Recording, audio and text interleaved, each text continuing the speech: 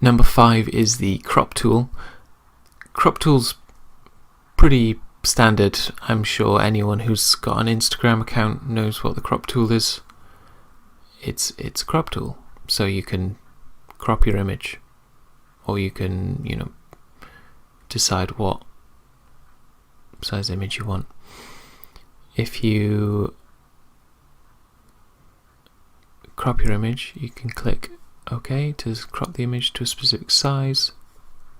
Might take a second for it to think about it, as this does have a lot of layers. Or if we go back to our image here, if we wanted to just crop,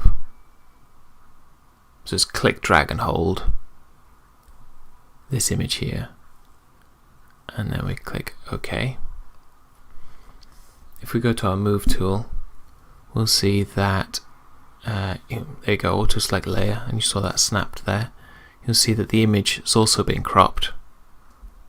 But if we undo this and we go crop, don't delete cropped pixels, and then crop, and then press enter. Give it a second, and you'll see that the image has, the artboard's been cropped, but the image hasn't. So depending on how you want to do that, really.